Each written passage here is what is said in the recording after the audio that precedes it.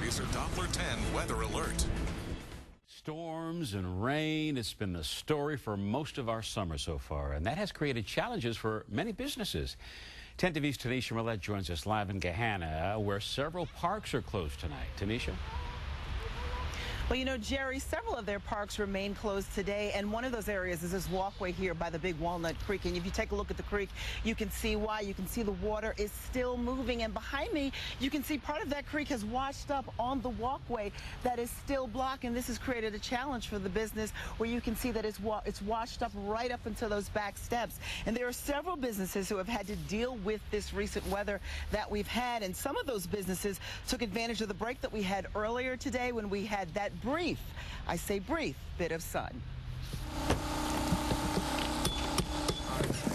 Earlier today, these roofers with the company Feazel took advantage of the sun and got some work done. We started around 7, 8 o'clock in the morning. We're done by the end of the day.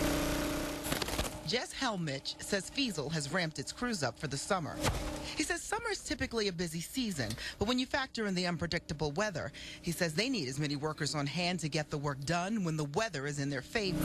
Still, he says it's not always easy for the person who handles the schedule. Does his best by looking at the forecast, but often day of or day before, we're contacting homeowners, especially this season, of rescheduling.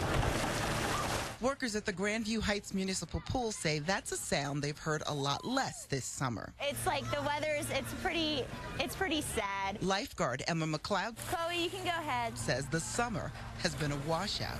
This is my 3rd summer working, and I've never seen it this rainy or this not sunny, I guess. She says it seems as soon as people get to the pool, the weather forces them to leave, and says that was the case just yesterday. You just saw these huge black clouds rolling in from the west, and people saw them and started getting out of here, and we started like pulling the chairs back and pulling the tubes in, and then we just kind of waited for it to pass by.